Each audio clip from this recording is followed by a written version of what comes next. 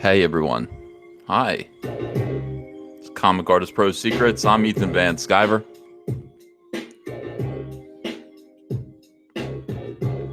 Yep. Time to do a live stream. I didn't get to do a video today. I was very busy today. Very busy indeed. All right. Very busy. Very busy. I'm watching Ava all weekend. I'm playing Mr. Mom. While Andrea's out of town, and it's a challenge. I don't get to do much of anything. I'm chasing after a 3-year-old, but stuff still happens anyway. The world goes on. The world kind of goes on, and it doesn't really matter if I wanted to or not. It doesn't matter if I'm prepared or not. The world will still proceed, and we do have to do videos. Hello, everyone. With AZ Cooper says it is late. Yeah, it is kind of late, I have to admit. Sorry about that. Hang on a second. I'm going to reload all my Twitter stuff here. Sorry about that. I just had to get, like I said, I had to get Ava to go to sleep, And the minute she went to sleep, because now Ava, after a weekend, being with me and me alone and me setting the rules, Ava's like a night owl now. Ava's like, it's midnight and she's going to bed. Hello, Jason Stevens. He says, take my tree fitty. Hey, thank you. Thank you. Elric Cayuga. Hello, Uncle Ethan. Hello to you. Hello. What a great day. What a strange day, by the way. It's also been kind of a weird day. Hang on a second here. I always do this. I'll accidentally get rid of exactly what I wanted on my screen. I click something off and then boom, it's gone. What a very, very strange day. Today, a bunch of stuff kind of happened all at once. First of all, just real quick, I mean, while there are people still coming in here, let's go over for the 19,000th time what's going on with Vertigo Comics. And that is, to me, again, this presages the end of the comic book industry just a little bit more. We keep talking about it. We keep saying, look, things are bad. Things are bad. For the most part, people kind of comic book professionals are in denial about this. More and more of them are kind of realizing that they're falling out of work. As they're falling out of work, they're starting to look around and try to find something to do, and there's nothing to do. There's nothing for you. A company like Vertigo, an imprint like Vertigo, actually housed a lot of talent that was willing to work for sub-livable wages. For some reason at Vertigo, because the sales were never as good. I mean, you were basically, if you're at Vertigo Comics, you're working for a slightly smaller paycheck, a smaller page rate, only because you're hoping at some point that your thing that you own is going to be optioned by Warner Brothers and become a movie. So maybe there's going to be pay on the back end. There's going to be much more pay on the back end, but it doesn't always work out that way. Nevertheless, even if it worked out that way 100% of the time, Lucasfilm is, not Lucasfilm, Vertigo is dead. It's dead. Lucasfilm's dead too.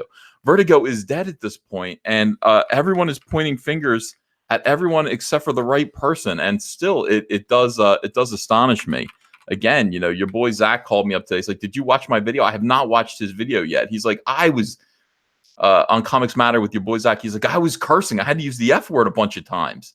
He's like, "They're talking about it." He's like, what was the expression he said to me? He said, it's like these people are eating birthday cake at a funeral. They don't understand what they've done. And all of them are talking about the past. All of them are talking about things that happened to Vertigo. They all have theories. They all have theories about what may have been the cause of the death of Vertigo. None of them make any sense. Some of these SJWs are blaming me for it, which I think is hilarious. Hold on a second. Somebody sent me this, which I think is funny as hell. I got to share this with you guys. I share everything with you. If you guys were here and I had a sandwich, I would share my sandwich with you. That's what kind of a guy I am. I would absolutely share whatever I had with you. I don't know. I learned that on Sesame Street. Sharing is caring, unless it's a socially transmittable disease. Let's see here. Why isn't this working? I mean, every single day there's something. There's some kind of tragic. My entire screen like that. Share. Thank you. God. Forgive me, Ethan Van Sciver, says P Money. You're forgiven. You're forgiven. I usually don't get involved in the drama, but I found this so hilarious.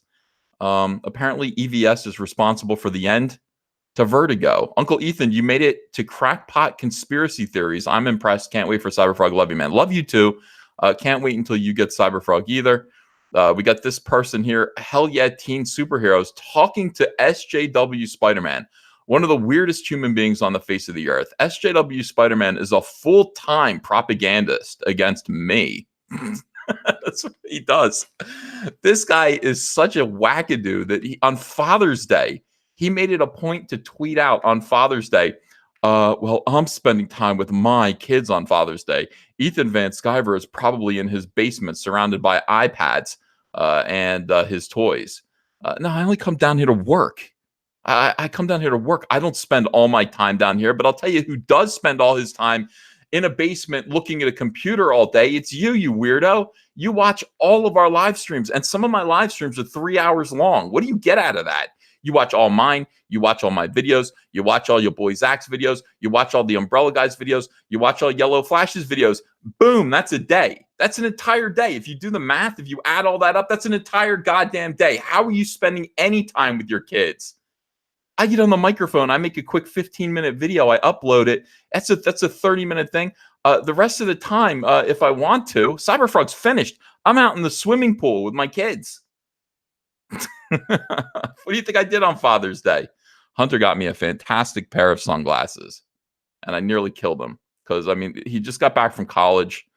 He's living with us and everything, and he just bought a new car. He's got a great job at BMW. I mean, he's doing awesome.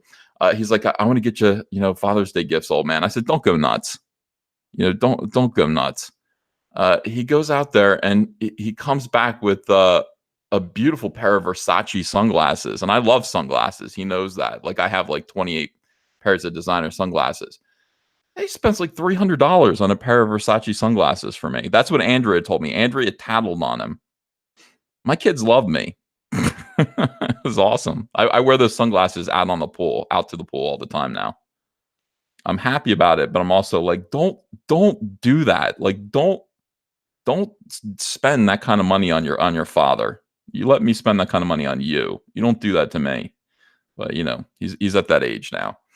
So here we go. So that's SJW Spider-Man, who's watching right now. And dude, you could be doing anything else. Like, you could actually be doing something productive. In case you haven't noticed, we fucking won. I mean, I don't know if you've realized that. If you look around you, you might have noticed that Comicsgate won. I mean, this movement won, and we didn't even nearly need to do as much as we actually did. We just needed to survive this.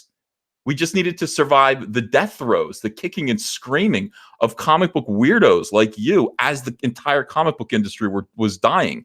Everyone's paying attention to us now. I got to tell you, I'm getting big dollar offers to do all kinds of crazy Cyberfrog stuff. It's fantastic. I might buy a new car. I'm not going to buy a new car. Save my money.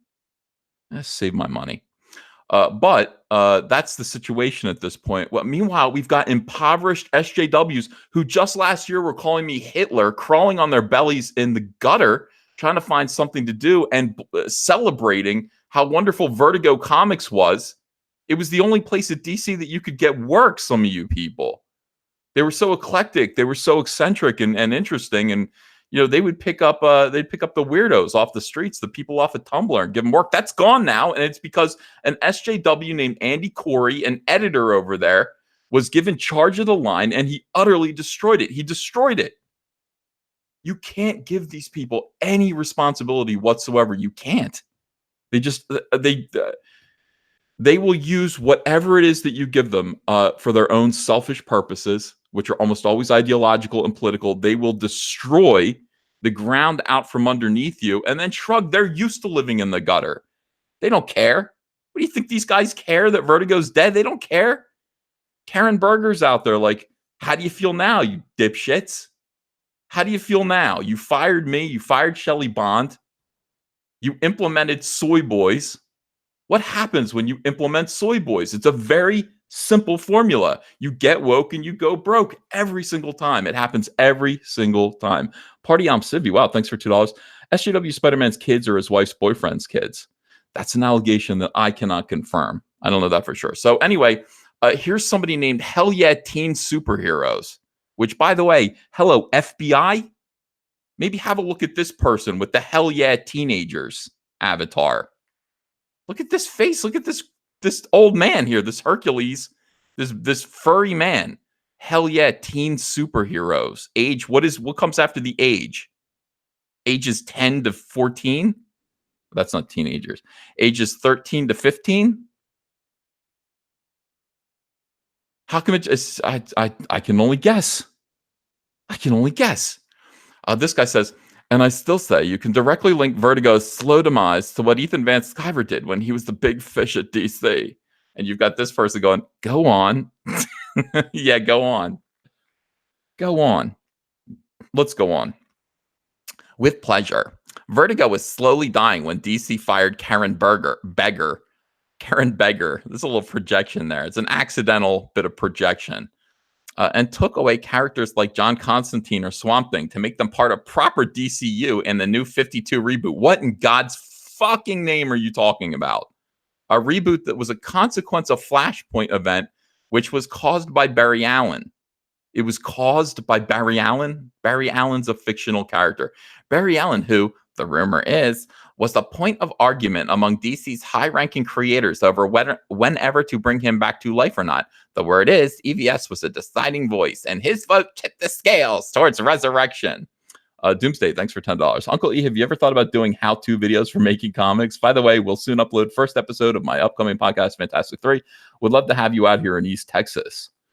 Yeah, how-to videos for making comics, I guess. Kind of do that. I'm learning myself right now. I've never actually put together an entire comic book before, and got it back from the printer. So it's an education for me. Yethan the P, thanks for telling us. Please ask SJW Spoderman on live to explain himself. That's okay. That's okay. I don't think there's Wi-Fi at the mental institution. Here we go. Hell yeah, teen superheroes again. Hell yeah, teen superheroes. Barry Allen, who the rumor is was the point of argument. Okay, so I'm the one who got Barry Allen to come back. Without EVS, Barry Allen wouldn't come back. And then there'd be no Flash TV show. And then what? Barry Allen wouldn't come back. DC wouldn't reboot and screw over Vertigo. Seeing how EVS was sidelined before being fired, I wonder if DC didn't realize that during the rebirth era. Okay, you're goddamn insane. Okay, you are insane. Here's why. No, they were losing the rights to Swamp Thing. They had to regain the rights to Swamp Thing. They didn't have them anymore. I don't know about John Constantine, but you're wrong. You're creepy and you're wrong. Here's what happened. Basically, a weirdo named Andy Corey came in. Okay, and he was given the job after Karen Berger was fired, and he implemented SJW New Vertigo books that were all manned by utter scumbags.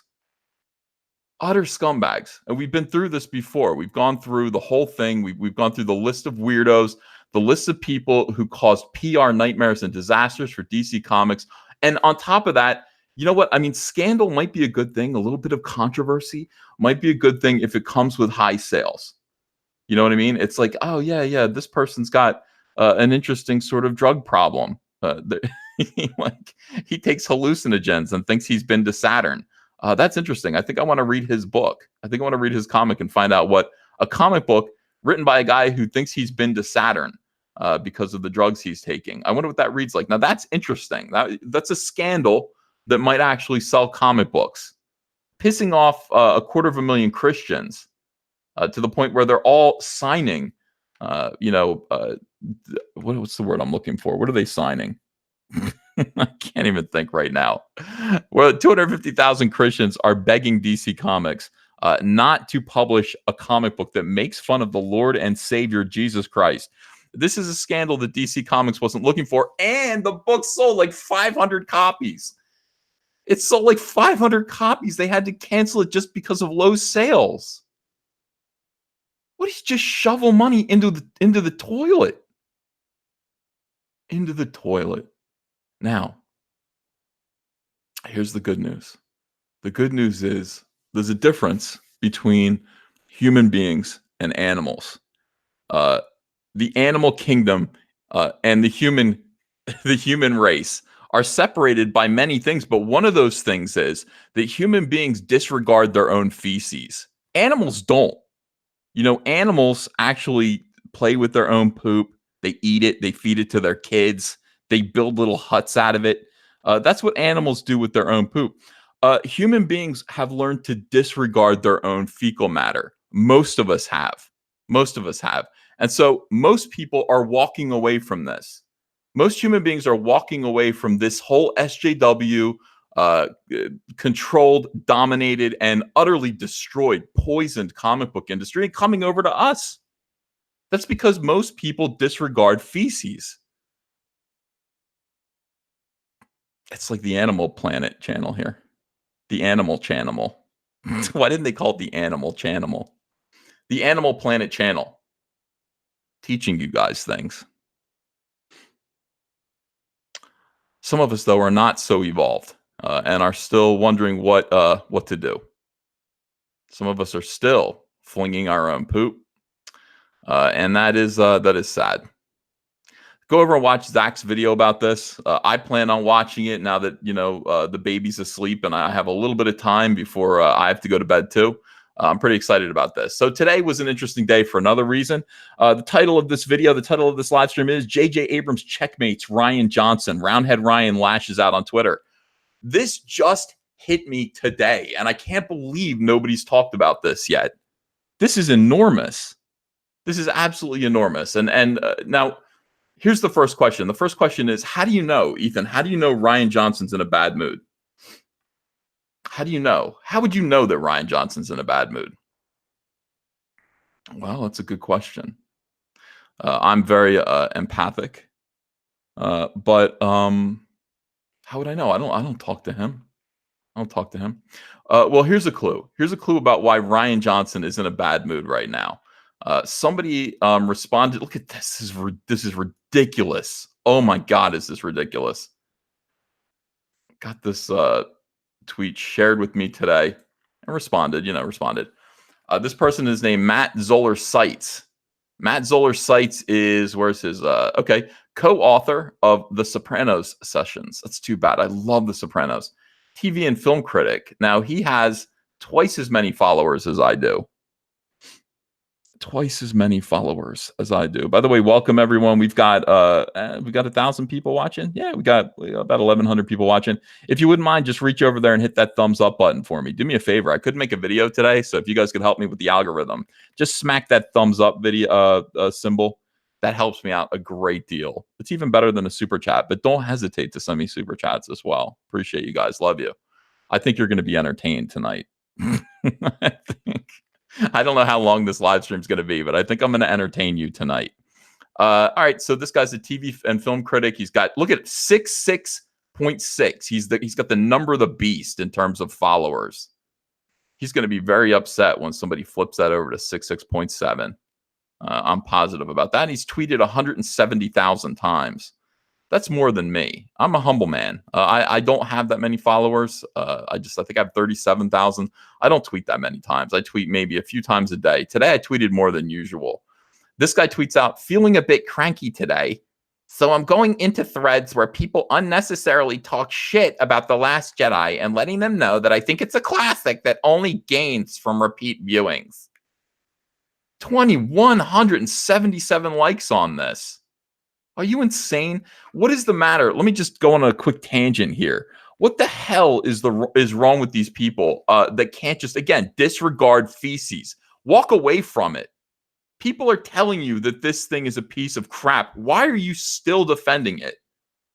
What difference does it make? Why? Because it's an SJW landmark. They have to defend this. They placed a flag. They made this movie specifically as a piece of poison to destroy Star Wars, to hurt Star Wars fans' feelings, and to destroy a franchise, to actually make a point, to kind of tell boys that, look, we're gonna find you where you are and we're gonna fuck your shit up. Excuse my language tonight.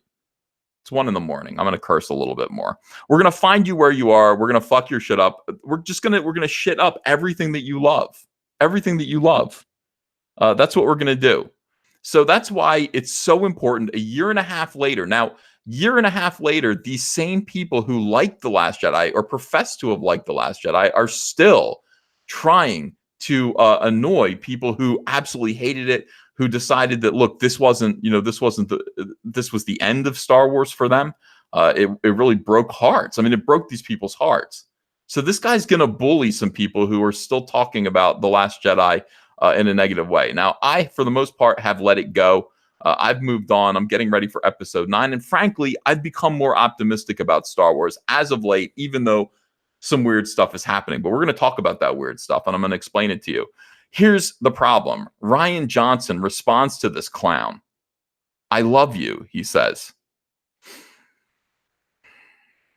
I love you. Hey, I'm gonna go and I'm gonna go bully some people who are still complaining about The Last Jedi. I'm gonna bully them because it's unnecessary. They're unnecessarily talking shit. Rian Johnson, I love you. Why would you do that, dude? Why would you do that? Can you imagine Martin Scorsese doing this? Can you imagine Steven Spielberg doing this, using social media this way? This guy has absolutely he's so accessible. He's so ridiculously accessible. He's so thin-skinned and it's so transparent. This guy is out there actually asking people to bully critics of his film. He's supporting bullies who want to attack people who criticize his film at this point. Now, one of my fans, a guy named Cyberfrog is Jumping. What a great name. Went out there and he decided he was going to fight this guy and he tagged me in it. A lot of people tag me in fights that they want me to get involved in, and I just don't do it. I don't get involved in other people's fights. So don't bother doing that unless it pertains directly to me. And even then, I'm probably not going to do it. Party on Sylvie, thanks for $1.99. Tweeted over 100K times. What a fracking loser. I would say so, yes. Anyway, he bullied this one guy. Okay, he bullied Cyberfrog is Jumping, and Cyberfrog is Jumping fled. I think he canceled his account. I don't know who he was. Part of me thinks he was War Campaign, but he kind of fled, and this guy was celebrating. And I went, that ain't gonna go down. So let me deal with this guy. I said to him, most films do gain from repeat viewings, and I meant that financially. You know. The Last Jedi didn't get repeat viewings. It declined box office-wise by nearly $1 billion versus The Force Awakens. Why? Why would it do that? Because average filmgoers found it cynical and warped. They're correct. Defending it, guns blazing, is mentally ill. However, Sopranos rules. No offense, but there's something wrong with you. There's something wrong with you if you're out there deliberately taking your Sunday to blast people who are criticizing The Last Jedi. Why do you give a shit? Why? Because he's a social justice warrior. So is Rian Johnson. Rian Johnson has now given this guy a pat on the head to go out and bully people. You can't bully your Uncle Ethan. Doesn't work. Hold on a second. Let me get a drink.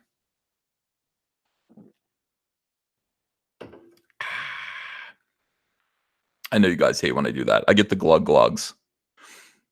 This guy wants to hit me with he wants to come back with facts and knowledge, and I'm not playing this game. He's just like, the percentage drop off of the second film in a Star Wars trilogy has been almost identical over the decades. The numbers back me up on this. They don't. Data Racer 117 actually shut this guy down. I'm not gonna argue on this level. We're not gonna argue numbers. What am I, an accountant? Surely you must have a better talking point. Surely you must have a better talking points than this. It is demonstrably false. Uh-oh. Only 32 likes on this one. What happened to the 20, whatever it was, 2,000 likes on your first one? I respond, surely you must have better talking points than, quote, this movie aimed primarily at selling action figures to children is more profoundly amazeballs with repeated viewings. I'll tell that to my 8-year-old. People hated the movie. That is, I know. Mortal V says, Ethan's not going to argue the numbers because he sucks at math. Touche. Right, to be honest with you, I will leave that to Data Racer. I will leave that to Ichibaka. I will leave that to any number of the fantastic, Fandom Menace channels that are out there. This is just not what I do. Yetna P, thanks for $2. Says math. No, 7-Eleven was a part-time job. Okay, that's pretty. 7-Eleven was a part-time job. Got it. Yeah, here's the thing. Stop talking about how amazing and deep The Last Jedi was. And if you just watch it more than once, you'll see how no, it's a depressing dirge. It's pathetic. It celebrates failure. And it needs to be retconned. And I think it is going to be retconned. They're already talking about how it's going to be retconned. So, I mean, this is not an argument from the same people who say, why are you crying about a kid's movie? Let me use that point on you. Why are you studying a kid's movie? My kids hated it. Okay. Most people hated this movie. Most people walked away from this movie and said, something's wrong. Something's wrong in my heart. I don't know what it is, but something's wrong. I feel damaged. I feel damaged from watching that movie. Something's wrong. That's a normal reaction to The Last Jedi. A normal reaction to a Star Wars movie isn't, that challenged me. I'm going to go back and I'm going to watch it 3 or 4 more times. I'm going to watch the battle on Crate, the Salt Planet Crate, a few more times. And I'm going to find out why that troubled me so. It's a Star Wars movie, you idiot. It should be basically just guns, lightsabers, heroism, inspiration, cool, fun, action. It shouldn't be a miserable experience that has confusing scenes of gigantic nipples being milked. It just shouldn't be. Shouldn't be. It's for kids. It's for kids. It's for adults who want to enjoy that kind of something that's aimed at kids. And honestly, Star Wars: A New Hope aimed at kids. I saw it when I was 3. It changed my life, and I still like it at the age 44. It still works. There's something special about it. There's nothing weird or creepy in it. There's no gigantic nipples being milked. I've looked. Plenty of opportunities for gigantic nipples to be milked, if I remember correctly, and it didn't happen in Star Wars: A New Hope. What about Empire Strikes Back? No. Return of the Jedi, Jabba the Hutt was right there. Gigantic nipples. Well, maybe. I don't know if he had nipples. Probably not. And by the way, even if I wanted to know, Pablo Hidalgo wouldn't tell me, so I'm not even going to bother worrying about it. Ham Sandwich, thanks for $9.99. I finished an animated short film tonight called Rian Johnson Destroyed Something Beautiful. Then my hard drive crashed on final render. Please pray for my data recovery. You are in it, by the way. Well, that's good news. I will pray for your data recovery. All right. This is not a good talking point. Also, the idea that nobody saw the movie more than once is demonstrably false. What a fuck? This guy's an idiot. No, I can prove to you that people have only seen it once. Everybody has only seen it once, Matt. That was my entire point, that everyone has only seen it once. Every single person has only seen it once. You mean that you can demonstrate that I'm wrong, that some people have seen it twice? Oh shit, I myself have seen it 3 times. More fool me. Literally every day I talk to people who saw it multiple times. I can also quote retweet you if you're interested in proof. Feel free. Polymer, thanks for $5. If Disney goes through with Roundhead's trilogy about the Children of the Jedi, do you think Rian Johnson's Force kin will leave a bad taste in your mouth? That's a great joke. I think it's the second time I've heard it. I don't know if you told it to me first. I said, I'm talking to you now, a dude who has probably watched it dozens of times, if only to be a contrarian on Twitter, to bereft lifelong Star Wars fans. Where do I send your Medal of Honor? You're so brave. Where do I send your Medal of Honor? How do I congratulate you? Will a cookie do? You idiot. I've seen it lots of times, and I know lots of people who have seen it lots of times. I can prove it to you. These people are nuts. You understand? They are nuts. Nuts. By the way, we've got I love it. 1,579 people watching right now. Thank you, everyone. Please lean over and hit that thumbs up button for me. I'd really appreciate it. It's just a little request. It'll take 5 seconds. No, it won't take 2 seconds. No, it'll take 1 second of your time. Please do that for me. Snark Mark says, I hate that pedantic argument style. I thought this guy was going to be better than that, because this guy came with Rian Johnson's bullying endorsement. Rian Johnson sent this guy. This is Rian Johnson's attack dog. I'm going to go attack the fandom menace. Rian Johnson's like, I love you. I love you. Yeah, Rian Johnson sent this guy. He sucks. By the way, all caps comics, t-shirts, gear, coming at you. Go to cryptofashion.com, I believe, and pick up an all caps comics t-shirt. He's like, seriously, I've never filed a report. What is this about? You should call the police. He goes, seriously, I've never filed a report of that type. What would I need to do? Call 911. Call 911. And then he gets this, like, yeah, call the police and tell them. I'm sure they'll rush to your rescue, says Jay Sim, who might be listening right now. And then this idiot goes, this is a guy who wrote a book criticizing The Sopranos. This is a TV and film critic who is apparently fairly well known. He's got 66,600 followers on Twitter. He is a blue check mark. No, he isn't. He's not a blue check mark, but he's big enough that RIAN Johnson paid attention to him. And he says this. He says, I wonder if they can help get your mom off of me. It's like 6th grade. It's 6th grade. Come get your mom off me. At this point, the likes have descended to 20 likes instead of 2,100. And, people are starting to lose faith in Matt Zoller's sites. Dynamo says, Ryan's probably known about you for months. Oh, yeah. Yeah. I know he has. Manic Boy Production says he ended up making a mom joke like P.O. did in The Last Jedi. What a fool. I'm a leftist who hates The Last Jedi. Now I hate this fool.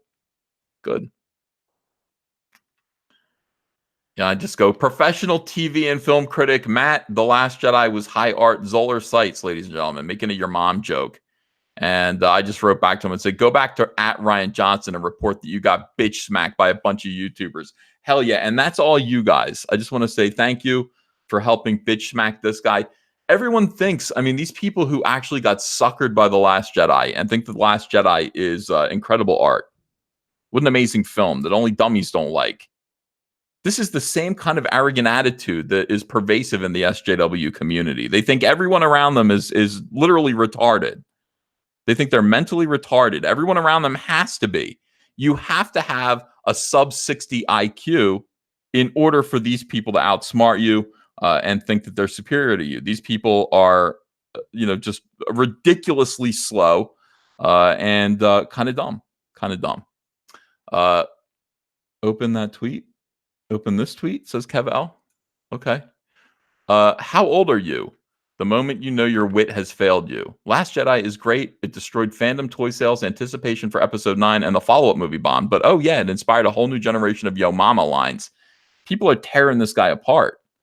Classy dude. I think the last time I heard anyone try to use that seriously was junior high. Trust me, she didn't even know you were on there. Everyone's... Andrea Cheesecake says, probably not. You seem super sexy. Hey, man, insulting moms isn't cool. It's grand comics. What's going on, Dennis? I like that. Insulting moms isn't cool. All right, there's my tweet again. Yeah. All right, so here's the whole thing. You lost the argument, LOL. So edgelord. This is when you get this meme, this GIF right here, this meme, you know that you've you've messed up. I hate getting that meme. You literally went with your mom. If you are over 12 and you do this, you already lose not only the argument, but at life. Well said, well said. And some of these people, well, if I wasn't sure you were an idiot before, I am now. Isn't that embarrassing? How embarrassing? How embarrassing for RIAN Johnson? Go back to RIAN Johnson and report that you got bitch smacked by a bunch of YouTubers. Boom, RIAN Johnson shows up. Holy shit. Holy shit. Holy shit. This guy says, wow, Ethan, I didn't know your story until some comic fans. So basically, SJW comics, anti-comics gators are now trying to help Matt Zoller. Ethan Van Sciver, he quit comics. He quit comics to grift on the internet. He's a YouTuber. That's tragic. Why did you do it? What an incredible comic that would make. God, trust me, they're going to make all kinds of stuff about me. But RIAN Johnson comes in. Ethan, I can't hear you. Did you say something? Holy shit. RIAN Johnson. Now, you want to talk about, by the way, 88 likes? Hey, RIAN Johnson, enjoy your goddamn ratio, dude. Welcome to the Fandom Menace. 88 likes to 92 responses. That's a hell of a ratio there for RIAN Johnson. This should be like, this number here should be like 10,000. It's 88. I can't hear you. Did you say so? Rian Johnson is actually so ass mad at this point that he's pretending to be above me by responding to me. This is ridiculous. This is how we know Rian Johnson is having a bad day. This is how we know Rian Johnson is very upset right now. And I'm going to tell you why he's upset. It makes sense. Rian Johnson has never really responded to me before out of anger or anything like that. But we got him. And let me tell you something. Call me by the first name, my first name. I am Comic Artist Pro Secrets. Why would you call me Ethan unless you know who I am? I know it's at Ethan Van Sciver, but it's Comic Artist Pro Secrets. If you didn't know who I was and you didn't watch all my videos, including the ones in which the opening is all about you tormenting Mark Hamill. Have you guys seen that opening that I do? It's like, it's Rian Johnson, like Mark Hamill next to him, just looking like his soul has been sucked out of his body. And then I fade on, like, Rian Johnson sits there, and then I fade out into a perfect circle around where his head was. And you can see that when I say Rian Johnson has a perfectly circular head, I am not kidding. I'm 100% right. Seth Rich, thanks for $5. He's made so much money screwing us over. You'd think he'd charge you to live in his head. No, rent free. Ethan, I can't hear you. Did you say something? 88 likes, 92 responses from the Fandom Menace. By the way, guys, the Fandom Menace is ascendant. We're going to have some news for you about that this week. James, thanks for $5. Not surprising. Not listening to Star Wars fans is what got Rian Johnson in this mess in the first place. Yeah. I agree. So I respond. There he is. There's our boy Roundhead Rian Johnson. Come into my parlor, Rian Johnson. I've been waiting for this for 1.5 years. Yeah. I said it's good to find out what it is you actually do love in the place of Star Wars. Critics like Matt Zeller Seitz, who brag about bullying the fans for you while telling them he's fucking their mothers. Come get your boy. Woo, I'd say that's a pretty good ratio here. 416 likes, 47 comments. I wonder if that's 62 retweets. I'm not like a Twitter guy, but I mean, you know, I'm like, I don't care about this that much, but that's pretty good. I mean, compared to his 88, who the hell am I? I'm just Caesar of Comicsgate. Anthony Scioli, thanks for $2. I'm objectively better than Roundhead Rian Johnson. Of course you are. I don't even know you. Thunder Robots says, now we have to ask which cut of The Last Jedi they're talking about, because Ivan's cut is a fantastic film. That is no doubt. Let's see. Just waiting for Rian Johnson to respond. I think at this point he knew he made a mistake. You can't. How stupid are you? How stupid are you to get into this with me, Ryan? First of all, I will humiliate you. You will feel the humiliation that you should have felt for The Last Jedi if you fuck with me online. I promise you that. I will make you feel the pain you should have felt. Your face will go red and flushed. I consider it a job. I consider it a part-time job. That's what I do. Okay. Thank you. Thank you, everyone. Those of you who pay me to do this, thank you. We've got 1,838 people watching right now.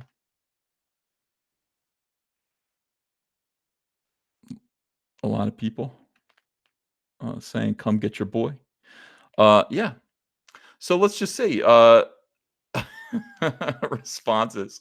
Mic drop. So it begins. No, it didn't. It didn't begin because, I mean, it would have begun, but he didn't want it. Like, he realized, you supported a guy. You told a critic to go out and bully some fans.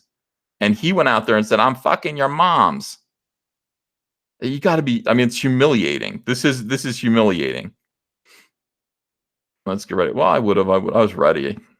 Someone call him Rian Johnson down there. Could be. That's a Roundhead, right? That's not round, but I don't know.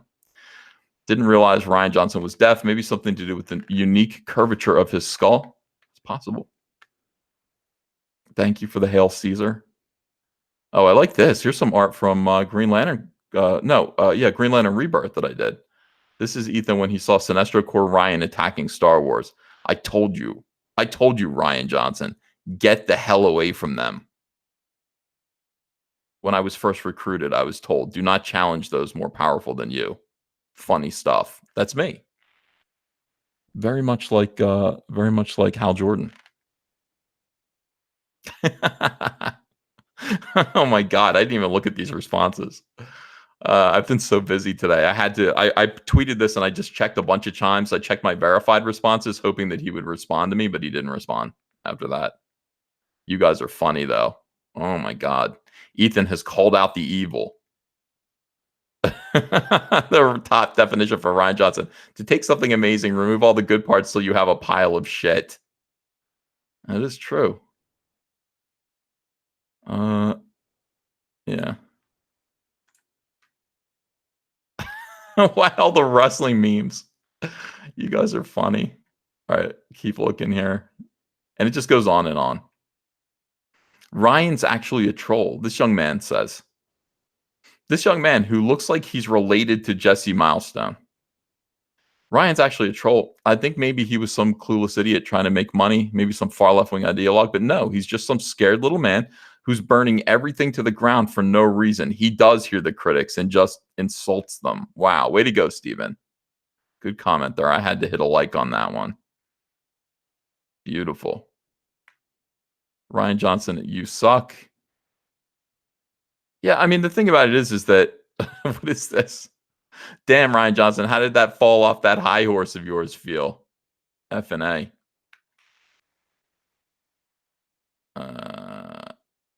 Yeah, I mean, this is what it all comes down to. Just the stuff that is generated that is meant to make extra money from the film that you made,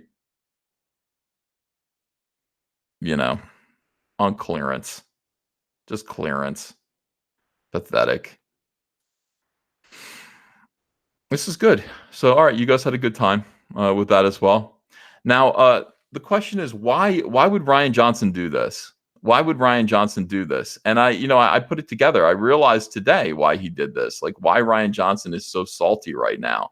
Saltier than Crate. Saltier than Crate. And I haven't heard anyone else say this yet, but I think I'm right. I've said all along that Rian Johnson's trilogy is not going to happen. It's just not going to happen. They will find a reason. They'll find a way. They'll find a way not to let it happen. And I mean, right now at this moment, they are only planned out, for the next 6 years, and it's just 3 movies. It's just, So how do you get rid of Rian Johnson? Well, Kathleen Kennedy's not going to do it. But just recently, SR2 Joker, thanks for $5. Ryan daintily smacks you with a soy glove, and you respond by slapping him across the face with a gauntlet, like Robin Hood and Men in Tights. A++. Thank you. That's kind of you to say. So Kathleen Kennedy's not going to do it. She's not going to get rid of Rian Johnson. And Rian Johnson has been under the impression, I guess, unless he's absolutely lying, that his trilogy is still happening. But you see, what's been going on over the past couple of months is an enormous bidding war for one man, a fellow named J.J. Abrams. J.J. Abrams, the director of The Force Awakens. The Horse Awakens. J.J. Abrams, from all reports, was working on the Force Awakens while Rian Johnson had already written The Last Jedi. Rian just did his own kind of thing. Rian Johnson hadn't even seen The Force Awakens yet when he was writing his script for The Last Jedi. Hadn't even seen it. So J.J. Abrams is in a huge negotiation with all these different entertainment outlets. He ends up going with Warner's at the end of the day. But you know what he does before that? He puts a foot firmly in Disney. When you're negotiating, that is the time when you start telling people, well, can you do this for me? Can you do that for me? Can you do this for me? What about this? Nathan Shank, thanks for $5. Out of the 4 Disney Star Wars films, which 2 would you keep and which 2 would you throw away? I'd keep The Force Awakens and Rogue One. Me too. Last Jedi and Solo, I would throw away. Yes, me too. Jason Stevens, is Rian Johnson's The Last Jedi the modern version of The Emperor's New Clothes? After all, you'd have to be a moron not to like The Last Jedi. Is this an intentional troll? Is RJ our secret Uncle E fan? That'd be interesting, but I don't think so. I think it's just, it is what it is. So J.J. Abrams is negotiating with everybody, and what does J.J. Abrams do? J.J. Abrams, before he turns Disney down for an exclusive agreement to take Kathleen Kennedy's job, what he does do is he negotiates this. Michelle Rejwan joins the Lucasfilm executive team. Michelle Rejwan is currently producing the final episode of the Skywalker saga, Star Wars: The Rise of the Soy Drinker, with Kennedy and Abrams. Who is she? Meet our new senior vice president of live action development and production. No, you guys are saying ew. I agree. There's ew, but this is checkmate for Rian Johnson. From all accounts, J.J. Abrams does not like what Rian Johnson did to The Last Jedi. He told his friends told the media. J.J. Abrams, very upset about what Rian Johnson did. J.J. Abrams has no power over this situation unless he installs his own people at Lucasfilm. Senior Vice President of Live Action Development and Production. Lucasfilm President Kathleen Kennedy has named Michelle Rejwan as Senior Vice President of Live Action Development and Production for Lucasfilm. Rejwan will oversee a new slate of feature films and episodic series for Lucasfilm and Disney Plus, and continue to produce with Kennedy as Star Wars enters an exciting new chapter in storytelling. Quote, I have had the opportunity to work with Michelle over the last 7 years as a producer on both The Force Awakens and now Rise of Skywalker. And I have seen firsthand her talent with working with writers and directors, something that Kathleen Kennedy does not have, by the way. And I've been incredibly impressed with her creative skills and her ability to manage the complexity surrounding these massive projects. Complexity, says Kennedy. I know the importance of building a team that you trust and have fun working with. It is paramount to our success. There's an exciting momentum building around the future of the franchise, and both myself and the Lucasfilm team look forward to working with Michelle in shaping the future in all areas of story development, from theatrical film development to live action content for Disney Plus. Michelle Rejwan has control over all of it. All of it. Rejwan comes poised for the role as a member of the Lucasfilm Brain Trust since 2015. She brings with her a decade. By the way, she didn't work on The Last Jedi. She brings with her a decade of production experience from Bad Robot Productions, where she was part of filmmaker J.J. Abrams' producing team. J.J. Abrams just got Rian Johnson fired. J.J. Abrams just installed the woman who is loyal to him. This guy's a genius. I have to say, JJ's kind of a genius. He's doing his own thing. He's doing it at Warner Brothers. But before he did that, before he signed that deal, he got his son a job writing a #1 Spider-Man book at Marvel Comics. His kid, his hellish, bespectacled drop, is writing a Spider-Man book. Poor Marvel has to pretend this is a big idea or a big deal. It's a big deal. Whoops, he just signed with Warner's. And then J.J. Abrams installs his own person within Disney Lucasfilm. Is this a conflict of interest of some sort? Holy shit. This is a game changer. This is absolutely awesome. If this were Game of Thrones, yeah. I mean, Rian Johnson just got his head whacked off. Whack off. Rian Johnson's head. I should use a different word.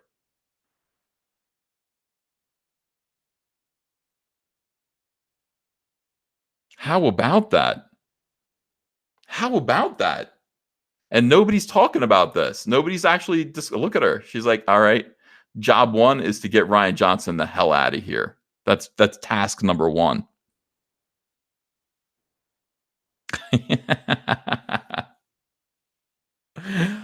Oh, Ryan. That's why we're a little salty today, isn't it? That's why we're a little salty today, Ryan, because I know you watch my videos. I know you watch my videos. You might be watching this one now, for all I know. And I know that you've been watching the videos where I've been predicting your demise at Disney Lucasfilm. And I know you've thought to yourself, he's wrong. And so there was no need for you to ever reply to them. There was no need for you to ever say anything to me. But we broke you, Ryan. We broke you. We finally won. The fandom menace wins. We always win. We always win. I'm like General Zod in Superman 2. Not the Man of Steel version. I'm talking about, the good one. I always win. Is there no one on this puny planet to challenge me? Yeah. Too fun. It's too fun, guys. Opdog says, yo, Ryan, eat a bat of rat vomit. We are the champions. Says real eyes open. Level 3 says, ha ha ha. Oh man, this is great. Fandom menace, ladies and gentlemen. Planet Houston. Planet Musk Vlog says, you cracked that shit like the Da Vinci Code. Thank you. We'll see if other people agree. Other people in the fandom menace. This is the first time I've actually spilled this theory. I think I'm right. Nolan Nerd says, you skipped my super chat an hour ago. Did it go through? I must have missed it. I'll go back and get it. Unhinged Crank says, Ryan laughs like Mike. Like that? Yeah, I don't know. But I think I'm right, guys. 2011 people watching right now. I think I am correct about this. It just makes sense. It just makes sense. And Kathleen Kennedy's not far behind. This is an ultimate. I mean, this is like a super major media takeover. J.J. Abrams installing, like, hey, no, I'm going to go work for Warner's, but I'm going to install people loyal to me all over Disney, all over the competition. Good for Warner's for paying that price. Seedfan85 says, does bifurcated work with that, what happened to Ryan? Also, and he says, and what do you think about season 3 of Young Justice? I haven't seen season 3 of Young Justice. Terrence Stamp. Yeah, he was the real. He was the actual Zod. So what do you guys think of this? I think it's great. I think it's great. I got to talk to a couple of people and see what they think about it as well. But I'm pretty sure you are going to be seeing salt. Total salt from RIAN Johnson. This is embarrassing. And what can I tell you? J.J. Abrams checkmated you, pal. I mean, look. You shouldn't have ruined Snoke. You shouldn't have ruined Rey and her lineage. You shouldn't have ruined Luke Skywalker. And just list the things that you ruined. Shouldn't have done it. Absolutely ridiculous.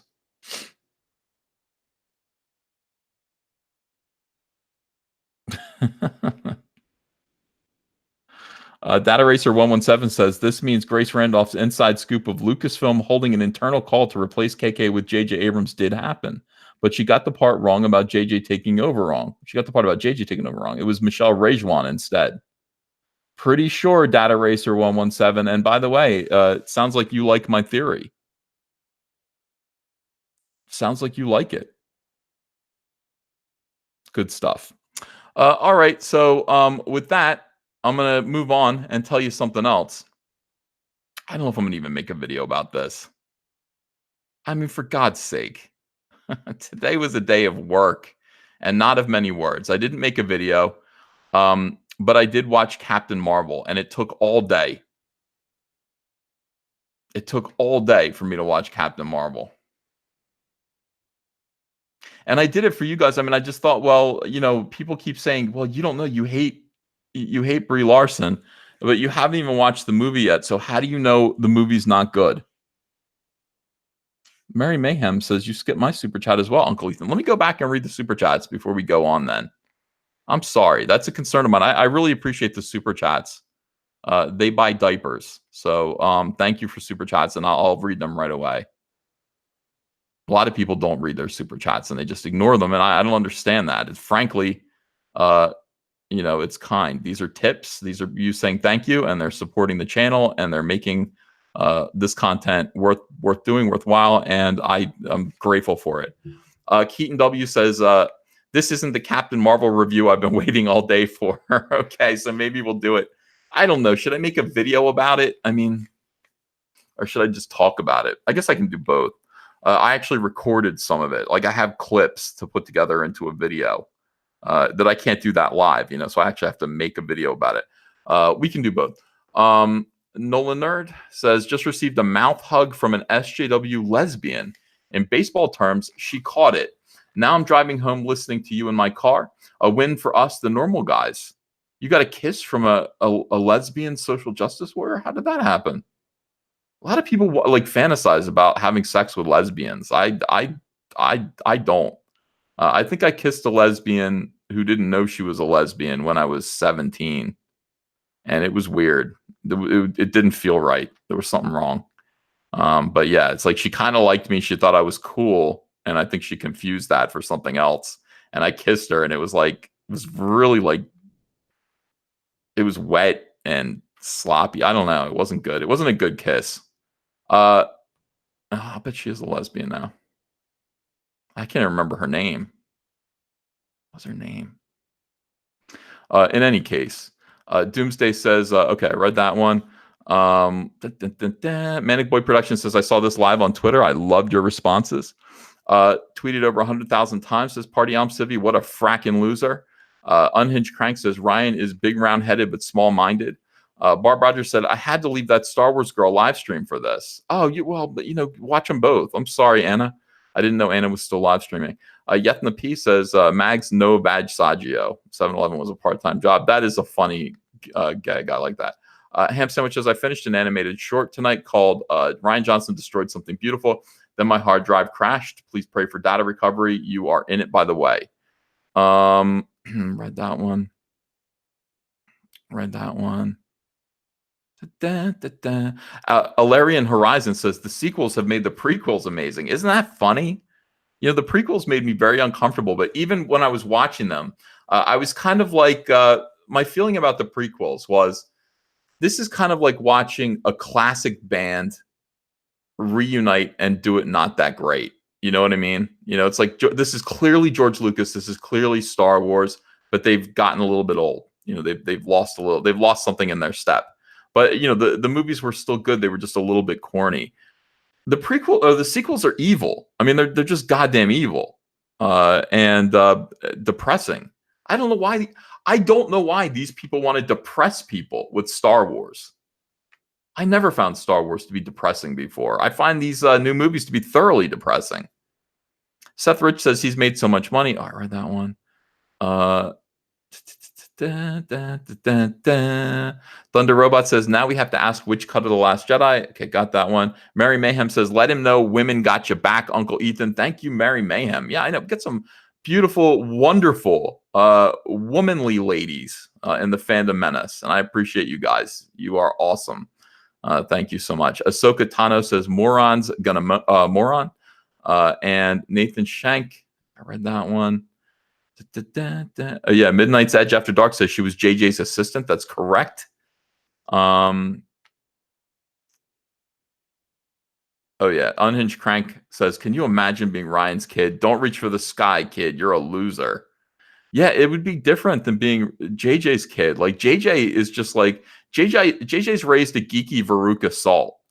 Like JJ Abrams has a son who is basically a cross between Rick Moranis and Veruca Salt at this point. Dad, I want Spider-Man. I want to write Spider-Man. Oh, son, the comic book industry is largely dominated by SJW losers who work really hard for a chance to write Spider-Man. Yeah, I know, but fuck 'em, Dad. We're the Abrams. I'm Henry Abrams, Dad. I'm your son. Surely you can do something for me. Dad, won't you do something for me? There's got to be something in it for being your kid, for me.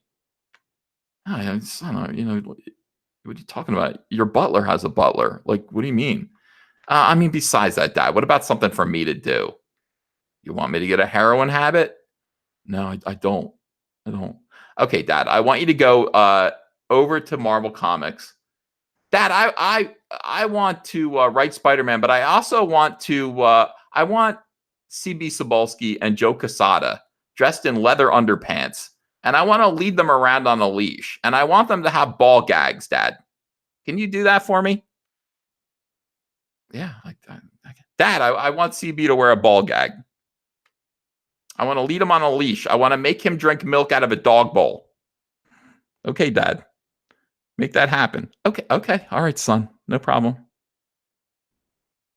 And they're just like, okay, we're gonna do it. We will dress up like we will be wearing leather and lace, and we will be on all fours, being dragged around on dog leashes with ball gags, drinking milk out of a bowl. Maybe we should announce it on Twitter. Maybe we should do a countdown to it. 4, 3, 2, 1. You guys are never gonna see this coming. You guys are never gonna see this coming. It's a little kid that looks like Calvin from Calvin and Hobbes with a pair of big, thick spectacles. And he's horsewhipping a half-nude CB Cebulski. I have to admit, I wasn't expecting that. I was not expecting that. But on the other hand, I don't think Ryan... Does Ryan even have kids? Is Ryan married? Does he have kids? I don't know anything about Ryan's personal life. I'm not looking to know anything either. I don't care. The only reason I know anything about J.J. Abrams' personal life, that he has at least one child, is because that was made clear to me when my profession was made his playground. So it was gifted to him. It's very funny. Anthony Scioli says, today my dad finally hates The Last Jedi. I win, Rian Johnson. Nice. Unhinged Crank says, she knew after she kissed you she was a lesbian. That's probably true, too. Is that what guys are? Yeah, I don't know. Maybe it's better anywhere else. Yeah, that's a good point. Scott Chat says, buy Hal Jordan from DC in a fire sale and make him great again. I have no interest. I have no interest. I don't care. Like, I mean, the thing about it is that I've got a lot of people within Comicsgate who are frankly talking about wanting to do other people's IPs. They want to actually license stuff out. And I mean, that's happening now. Like, you're gonna get word of that pretty soon. I mean, there are people who are interested in letting some of the bigger names within Comicsgate license out their properties and take a shot at them, because we proved that we can raise money and we can do good stuff. All right, and that's just it. So yeah, why not take a chance on Comicsgaters? And you're going to start to see that happening. It's not going to happen with me. I don't think I care. I mean, would I do it to prove a point? Am I that petty? I mean, maybe. I'm like I'm Jack Nicholson in Wolf. I want to go into the restroom and pee on their shoes a little bit. Heathen James says, speaking of Captain Marvel, I recently did a video on my channel where I explained that it wasn't sexist or misogynist who hated this movie. Comic fans have never cared about Ms. Marvel, and I show why. That's good to know. Everyone go check out Heathen James and his channel. A lot of people are still talking about me kissing lesbians. It only happened once that I know of, honestly. Mortal V says, poor girl, she kissed Ethan's ass thinking it was his face. No wonder she gave up on guys. Oh, Mortal V, I'm going to invite you to do the same thing. How dare you make the same mistake? Unhinged Crank says, you missed my first super chat. Ryan has a big round head, but a small mind. No, I did read that one. Absolutely. All right, so Captain Marvel, I decided to just sit. I have a giant TV, and there's a kind of sitting room in my bedroom, like a little mini living room. And I decided to just sit in there and try to watch this movie. I rented it for $5. I waited. I mean, it's been available for a week now. I know that if I did this a week ago, I would have had to have purchased Captain Marvel. That would have cost $21.99, and I was not going to do that again. That's exactly how I got into Last Jedi. I bought it. I purchased it on DirecTV, and it was $22, and I'm still angry about it. $5 I paid to watch Captain Marvel. It was excruciating. everything that I felt about that movie was turned out to be 100% correct, with exception to some of the stuff that I was ambivalent about. The Skrulls were quite good. I like the Skrulls. I would have liked to have seen more Skrulls, but in a different movie, in a Fantastic Four movie. That was fine. I thought Jude Law was great. I expected Jude Law to do really well. I didn't expect him to portray toxic masculinity as well as he did, but he did a good job of that. I suffered with what they put him through at the end of that movie. Brie Larson is a plank of wood. Brie Larson is one of the most irritating human beings I've ever had to witness. She was horrible in that movie, and I don't care what anyone says. She was terrible in that movie. She had dead shark eyes throughout. That is the thing about these weirdo feminists. This is the new breed of weirdo feminists. I don't know if there's some kind of jellyfish extraction that they sort of inject into their eyes. They're all dead-eyed. They all look dead-eyed. They look bored. They look bored and contemptuous. That is the look on their face. And occasionally they'll raise one corner of their mouth to smirk. It's never a smile. It's never comforting. Brie Larson, at no point do you like Brie Larson. Throughout that movie, you might be a little bit afraid of Brie Larson because she's clearly a psychopath. But at no point during that movie does a normal person like Captain Marvel. Why would you like Captain Marvel? What does Captain Marvel do in that movie that's even remotely likable? She's a horrible person. And thank God they cut out the motorcycle, that little bit from the motorcycle hijacking scene, because that played much better without Captain Marvel nearly murdering a guy for asking her to smile. If you haven't seen what I'm referring to, shows Captain Marvel. She's on Earth. She's wearing a green plastic jumpsuit that you've all seen her in with no ass. She's reading a newspaper, and a motorcycle guy, kind of a cliched motorcycle guy, pulls up, Harley guy, and he looks at Brie Larson, and inexplicably he treats her like you would treat a beautiful woman that you see. You might want to flirt with them a little bit if you're single. If you're single. If you detect that they're lesbian, don't try to kiss them, even if they want to. It's not worth it. But he tried anyway. He said, hey, you look lost. You need some place to go. Hey, you want some help? You want to know where to go? And he said, come on. And she kind of peels down the corner of the newspaper and gives him a scowl. Yeah, how dare he? He's communicating with me. And then he says, oh, come on, give me a little smile. I'm just trying to help you. And at that point, and then I think he says, bitch, and he goes inside. Everything he said was 100% correct. He goes inside the bar. But that was a cut and edited sequence. He says bitch off camera. We recognize that he's going inside the bar, but that's not how the original scene went. In the original scene, he says, give me a smile. Come on. And she takes his hand and she crushes it and shocks him with electricity. Shocks him with whatever power she has. What does she have? Photon power or something stupid? Drives him to his knees. And then she robs clothing off of a clothesline, clothing that's for sale. A Nin shirt. She's wearing a Nin 9 Inch Nails shirt. Steals his motorcycle and drives away. What a bitch. This is a villain. SJWs do not know what heroes are. Can you imagine that? That SJWs do not understand what heroes are. This guy wasn't a bully. He might have been a little bit rough around the edges. He didn't deserve to be robbed. He didn't deserve to be electrocuted. And the fact that they had to edit that scene and make it so that the guy just goes in the bar and says, bitch, but that's not what was originally written.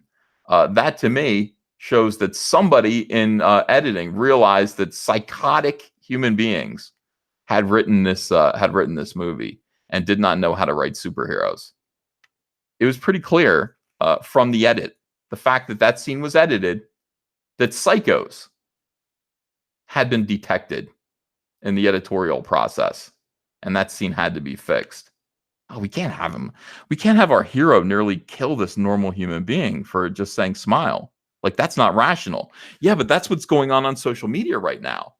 Feminists want to kill people for telling them how to smile, telling them to smile and cheer up. Stop looking like little grumps.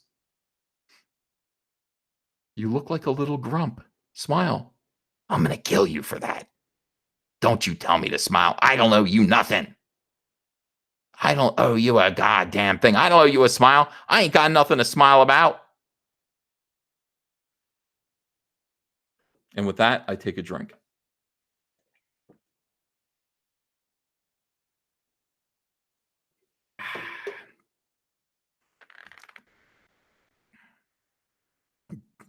Norwegian Kryptonian says Jack Nicholson Wolf would have been the perfect Wolverine. Nolan Nerd says Mouth Hug is a BJ Zoe Quinn special for uninitiated. So BJ Zoe Quinn special. Blowjob. It's okay. You have to recognize I'm still formally I was raised Mormon. Takes me a minute. Doomsday says, please don't insult planks of wood by comparing them to Brie Larson. Uncle E, you have to do better than that. Hell, I'll burn them both right now. That's how I'm going to compare Brie Larson to a plank of wood. I've only just begun. Andrew Huerta says, now support your cyborg family and watch Alita. Jose M says, the $5 would be better spent on Alita Battle Angel. Okay. Fair enough. Unhinged Crank says, EVS, you should contact all the little girls you dated. Why does it say little? Oh, it doesn't. I just imagine that. EVS, you should contact all the girls you dated and see how many turned lesbian after. Oh, God. 2. Be honest with you. Teenagers. Well, and 1 might have as well. You know. I didn't date very... Like, I dated when I was a teenager. I had... How many girlfriends have I had? 1, 2, 3. And I yeah. 2 of those are possibilities. 2 of those are possibilities. That's depressing. Well, it doesn't matter. It doesn't matter. You know, I'm not going to think too hard about that. I'm not going to think too hard about that tonight. Yeah. Grievous Era says, I'm sorry, Ethan, I can't hear you. Veli Michael says, but Captain Marvel is a B. Seedfan85 says, according to Legal Eagle, Queen Bree isn't a villain. And Rhino4563 says, Uncle E, that was the 2XL glug. Good for you. Thank you. Yeah. Appreciate that. Yeah, the movie was terrible. By the way, what was everybody talking about with Goose the cat? At some point, I was supposed to be charmed by Goose the cat. I was waiting for that to happen. I was not charmed by Goose the cat, and I don't understand. Was this movie just made for was it just made for crazy cat ladies? I didn't get it. I didn't get the Goose the cat thing, and I would have, if Goose the cat were a particularly charming cat, I would have said so. I would have said, yeah, the cat part was good. It wasn't good. Oh, it's a cat with tentacles in its face, like something out of the real Ghostbusters. I got it. All right, but it like that only happened like once. By the way, Sam Jackson was particularly charming, although self-effacing in this movie. Samuel L. Jackson is good in almost anything that he does. So I got to give it up to him. I got to say Sam Jackson, Jude Law did a great job. People who were saying Maria Rambeau, Monica Rambeau's mom, was good in this movie lied. She was not good in this movie. She was another plank of wood. And I was looking for that too. I said, well, everybody said that, you know, she's good. Can't remember what her name is. I don't think it matters. I don't think she'll be in anything again, ever. She wasn't good.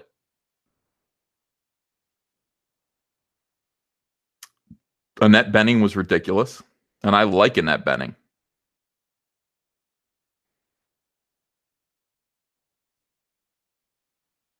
So it was a terrible movie that I just kept having to kind of stop and just walk away from. Mostly it was just extremely boring.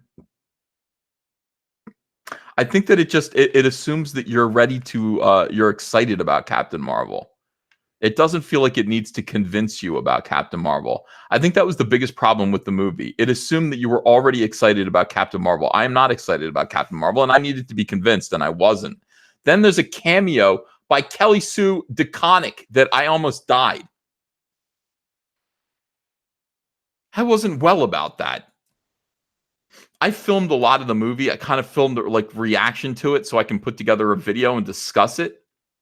But that I had a visceral reaction to seeing Kelly Sue DeConnick in a cameo in this movie.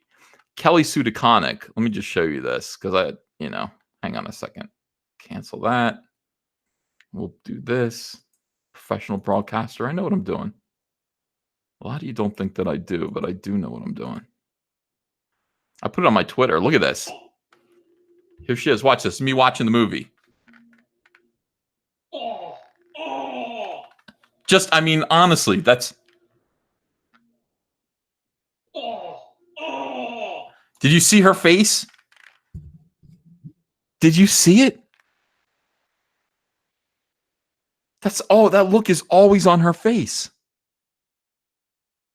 Unhinged Crank says Annette Bening and Bugsy was fantastic. No, I agree. Let's do it again. Let's just look.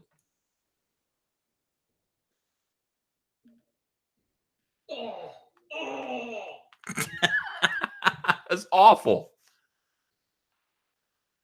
I did not want to see that. Now, who is Kelly Sue DeConnick? A lot of people want to know. You don't know. You're not sure who she is. You're like, Ethan, but why would you have that reaction? Kelly Sue DeConnick is a feminist, obviously, who works for Marvel Comics. I think she also is working for DC. I think she's writing Aquaman now. I could be wrong about that. No, she is. She's writing Aquaman. Hold on a second here.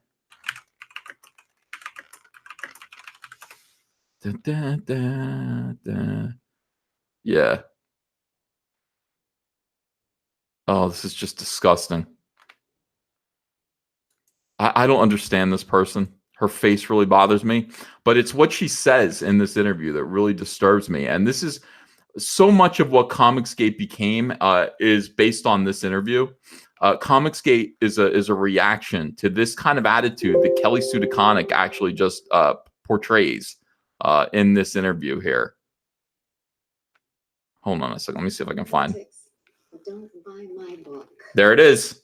Problem solved. All right, hold on. Let's do this again. Do this again. Start over. Because they actually put this. They were obviously Sci-Fi Wire was so moved by this that they put this in the front of the interview. We're going to show you a preview of what Kelly Sue DeConnick is going to say in this interview, and they put it in the front. All right, let me get this all lined up. We got to get this nice and loud. Are you guys ready? Here is Kelly Sue DeConnick's attitude about comics, politics within comics, and this is what spurred on the growth, rapid growth of Comicsgate. This goddamn attitude. Watch this. And if you don't like my politics, don't buy my book. Problem solved. Jesus Christ. Did you see that? Did you see that shit? All right, hold on. Let's watch that again. I want you to pay attention to the face. I want you to pay attention to the face when she says this. Oh, screen share. Duh, I'm not even... And I bragged about being a professional. Let's do this again. Luckily, I was planning on showing it to you again anyway, so it doesn't matter. Am I off my game tonight? I might be off my game. I'm going to blow this up to full size, I think. There we go. You guys ready? All right. No face. All right. Here we go. Now watch. So here it is. This is the face. Now watch the facial expression. This only takes 10 seconds to display the contempt that social justice warriors within comic books have for you, their audience, the lack of shame or humility about what they're doing, producing a product to entertain you, and their utter just lack of concern about making money at all. Like, they don't care about making money for the company they're working for. They don't care about that. Comics are more important than that to them. Comics are a platform for them to espouse their far left-wing politics. This is what I told you. Now watch this face. Listen to what she has to say. On your mark, get set, go. And if you don't like my politics, don't buy my book. Did you see that face? Hold on a second. Hold on. Problem. No, hold on. Back it up again. That face right there. See the lower lip jutting out. See the eyebrows going up like this. See this look of pity and contempt.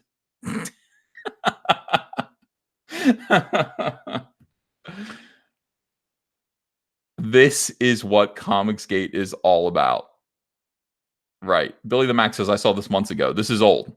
This is old. This was like from 2017 maybe, but this is what Comicsgate, maybe this was 2018. This is what Comicsgate is all about. Okay? This is what it's all about. When she says, if you don't like my politics, then don't buy my book. One more time. And if you don't like my politics, don't buy my book. Problem solved. Yeah, problem solved. Problem solved. As Vertigo goes out of business.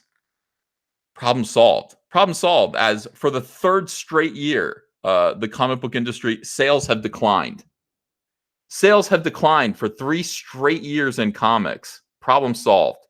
Because people didn't like people's politics, and so they stopped buying their comics.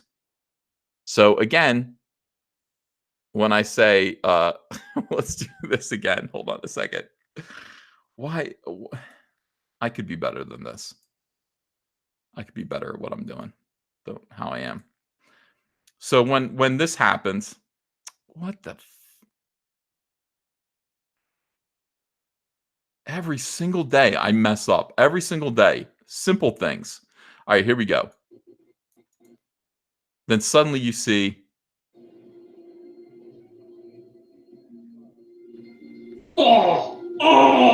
that same person gets a cameo. That same person gets a cameo in this awful movie. Why? Why does this awful person get a cameo in this awful movie? Why? This movie represents that very same attitude. If you don't like it, go fuck yourself. I mean, that is, and again, I'm using a lot of bad language tonight. Sorry, guys. But that is the attitude. If you don't like it, go F yourself. If you don't like what we're doing, go F yourself. Don't buy my book if you don't like my product. If you don't like my politics, I should say. If you don't like my product, that's one thing. Don't buy my product or tell me what I can do to fix it. But if you don't like my personal politics, if you are not an SJW, do not buy my book. And this attitude gets rewarded, of course, with more books, with more work. Meanwhile, the comic book industry is shrinking. It's an iceberg that is melting. Polar bears are beginning to fall off into the icy sea. This attitude is rewarded with more work and a cameo in the Captain Marvel movie. Because that's a hip-ass attitude to tell people, if you don't like my politics, don't buy my books.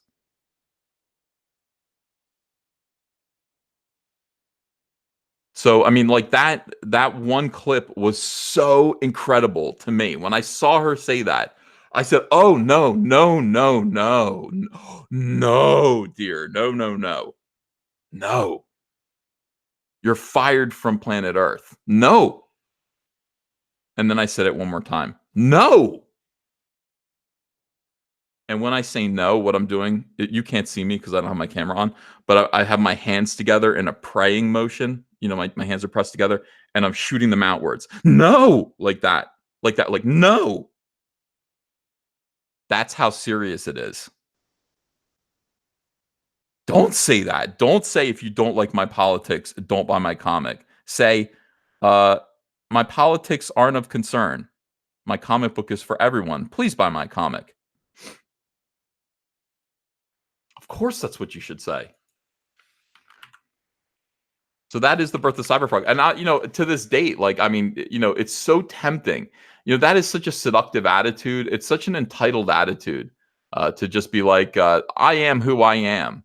And if you don't like it, then don't buy my book. Oh, what are you in business for? What the hell are you in business for? You know what? If you don't like my politics, please buy my book anyway. My book doesn't have my politics in it. Unfortunately, people already know what my politics are. I would like to go back in time and just keep them to myself. I don't think I've ever said that before. I don't think I've ever said that. Jambi, can I make a wish? Mecca lecca hi, Mecca heini ho. Jambi, I wish I could go back in time and nobody would know what my politics were. I wish that people just judged me by my work, and everyone loves my work. So, it'd be great if I could just have kept my mouth shut about being a Republican.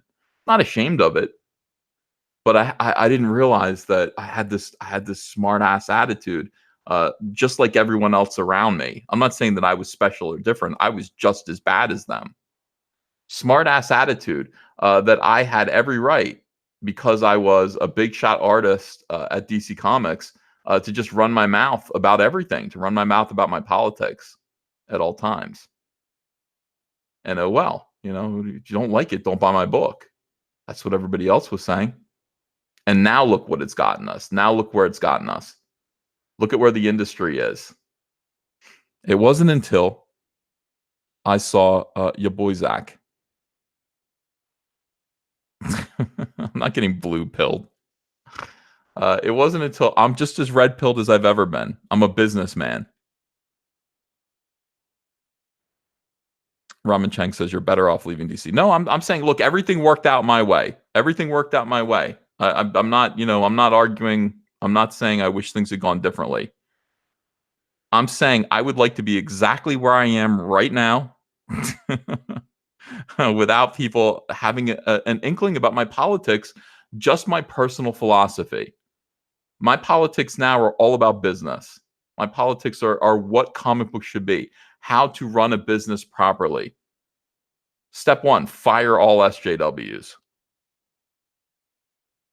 Siren Jag, thanks for $10. Oh, that head bob and those teeth. I wondered if something might come along to push my personal Kinsey scale from bi to fully gay, and this might have done it. I know.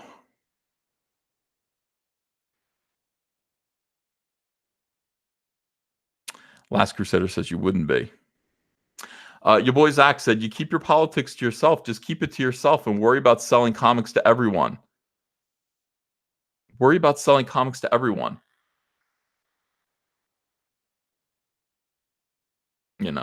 I want everyone to read Cyberfrog. That's just what I want. So, that being the case, I'm not, if I were in the business of politics, then, maybe I would want everyone to know everything that I thought all the time, but I'm not. I'm in the business of selling comic books about robot frogs. Billy the Mac says, I'm not conservative and still buy your books. Don't worry about it. Thank you, Billy the Mac. I appreciate that. Last Crusader says, your politics are anti-SJW. That is absolutely true. Everyone's politics should be anti-SJW, though.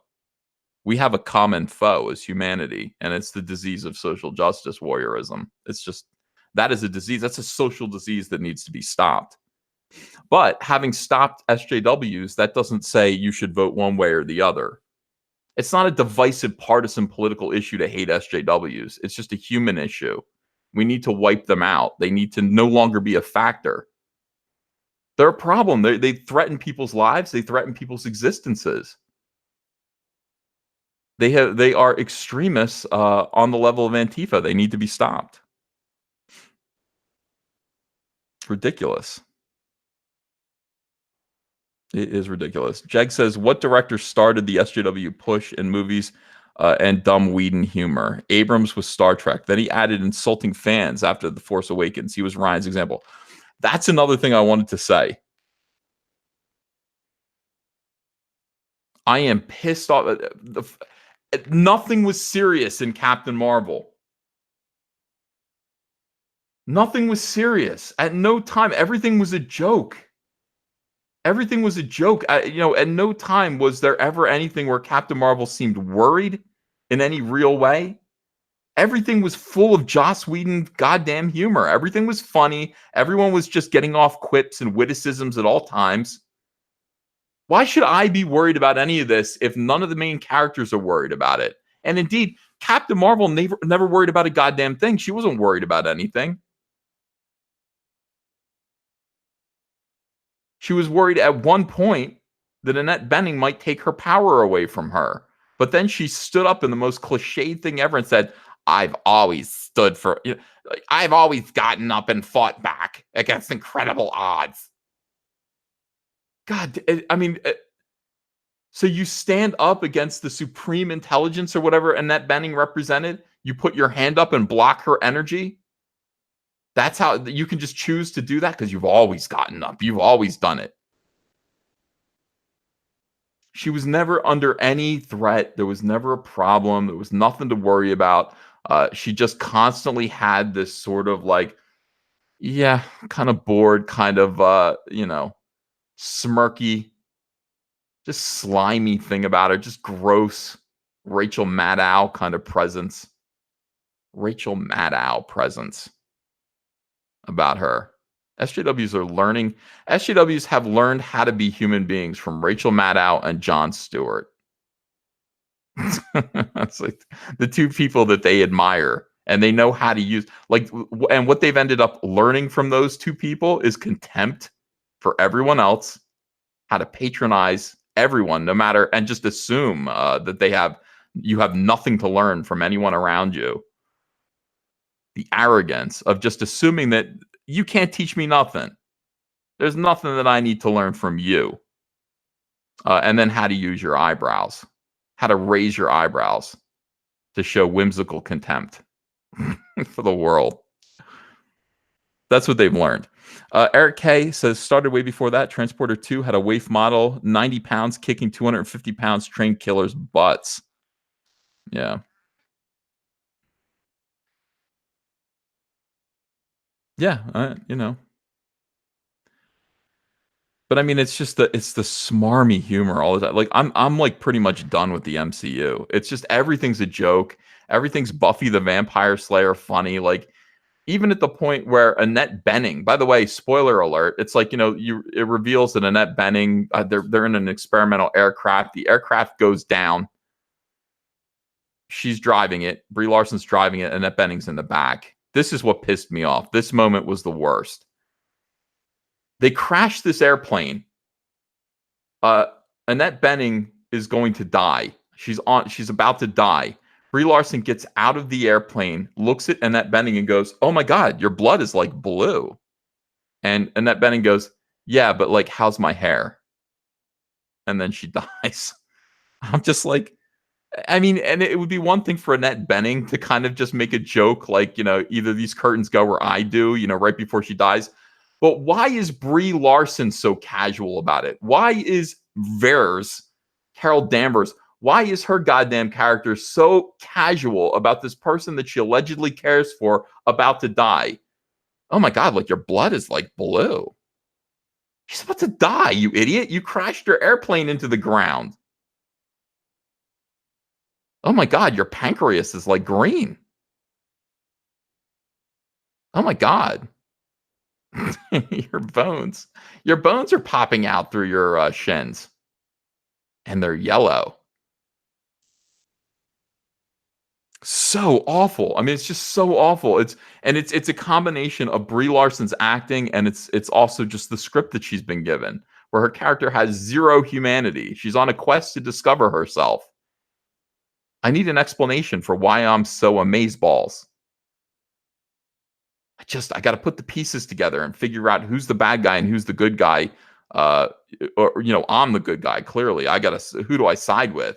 Why am I so amazeballs? Why are the people around me? Why do they love me so much? Who am I?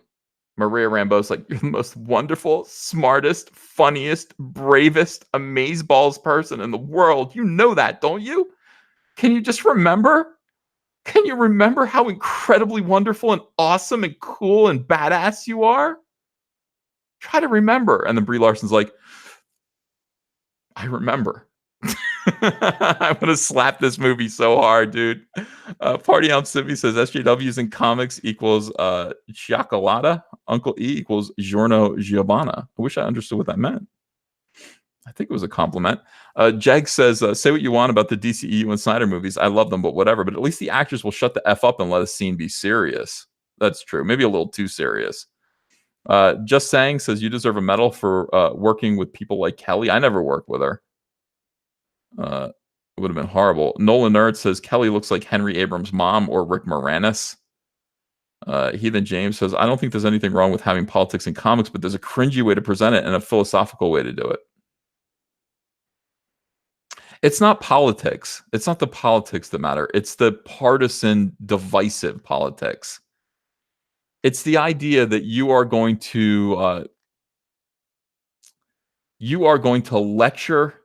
It's the idea that you are going to put perfectly reasonable Republican policy in the mouth of the Red Skull. Like Donald Trump has just said something like, hey, we need to protect our borders, because we've got criminals coming over here and causing real trouble, and we don't owe them anything, so we got to build a wall. And then you're going to take that dialogue, which, by the way, convinced nearly half the country to vote for him and make him the president of the United States, and you're going to put that dialogue in the mouth of the worst Nazi villain in Marvel Comics. And you don't think people are going to be offended by that? You don't think people are going to be utterly disgusted by that? Of course they are. That's what I'm talking about. Those are the politics. It's the divisive politics. Why is everybody saying Lone Star in the chat? Elmarana Caster, thanks for $5. I make an electric harmonica. I don't talk politics with musicians. It's probably good. Like you're insulting your audience. It's not like you're saying, hey, Nazis, actual Nazis who killed the Jews are bad. No, everybody agrees with that. It's your vote in a two-party system, your vote makes you the bad guy. That's a little bit rough for a mainstream comic book. And yeah, the answer is, well, yeah, I'm not going to buy your comics. And now what are you going to do? There aren't enough people who are going to buy your comics at this point. You've decided to chase them all away. Asus says, Hollywood's obsessed with making the weak strong. That's interesting. Kraken of the Sea says, Mike is trolling you, EVS. He's using your chat as a raffle. Mike, don't you have your own YouTube channel? I mean, I realize I'm streaming right now. Don't you have your own YouTube channel? What are you doing? Unhinged Crank says, has Mike discounted his Lone Star tiers yet? I don't know. Well, Lone Star ends tomorrow night, from what I understand. So, you guys, if you're interested in backing Lone Star, you should do that now. That's got to get I think it's going to end. I think it's going to end for good. I think he's going to shut it down. Yeah. All right. Let me time is it? 2:30 in the morning. You gotta be kidding me. Andrea comes back tomorrow. I'm very excited about Andrea coming back. Celebrity Jeremy says, just stopping by to support the good work being done here. Thank you, Celebrity Jeremy. I pour out my heart into this microphone. I care about this stuff. And you know what? It doesn't help to be afraid. Polymar says, I'd hit that with a clown car. Mighty Balzac says, can we start calling this era the Dark Age? Unhinged Crank says, these characters are not hers. William McLaughlin says, Young Ripa, only one buying Captain Marvel comics, so we don't have to. Bless him. Is Young Ripa doing reviews of Captain Marvel comics? I would love to hear those. I got to go listen to some videos.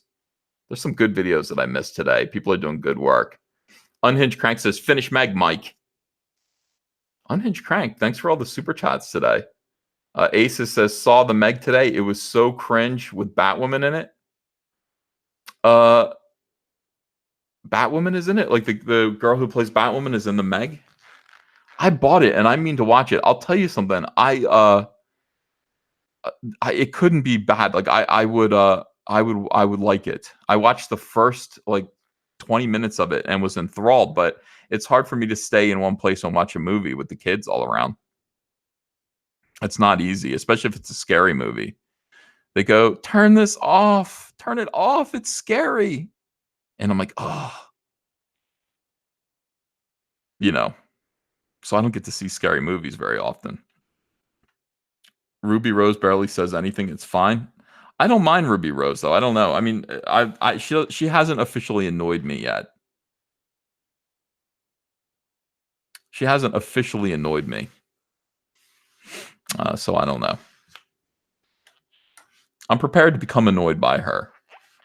Right now, it is full-on Brie Larson, and it's also Tessa Thompson. Just everyone who's decided they're like Brie Larson is a role model. Brie Larson is somebody to emulate. I mean, Tessa Thompson has decided that. Is Ruby Rose the same? I kind of see her smiling a little bit more. I kind of see like Ruby Rose is like a really kind of you know, I don't know. I think well, I think she's better. Last Crusade says Ruby Rose looks like a boy band stunt double. Yeah. John Mellon says, I forgive you all for ignoring my birthday. Hey, John, happy birthday. I didn't know it was your birthday today. Happy birthday to John Mellon, who is who I need to talk to. One of the most extraordinary artists with Comicsgate. Really, really good. What a great voice. John Mellon is somebody who I don't know if he's got plans. John Mellon is somebody who I want to bring with me. We talked about it before. You know, All Caps Comics. I want to publish Graveyard Shift so bad. John Mellon says he's 25 years old again. Happy birthday. What a great year. It's being 25 years for the rest of your life.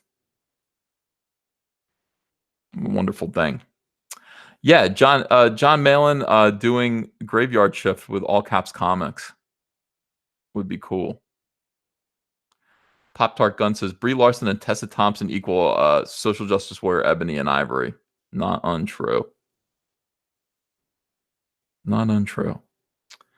All right, everyone. I'm gonna go. Thank you so much for being here. And I don't know. I don't know if somebody else is gonna stream, but you know, follow around, look and see if Blacklist Universe streams.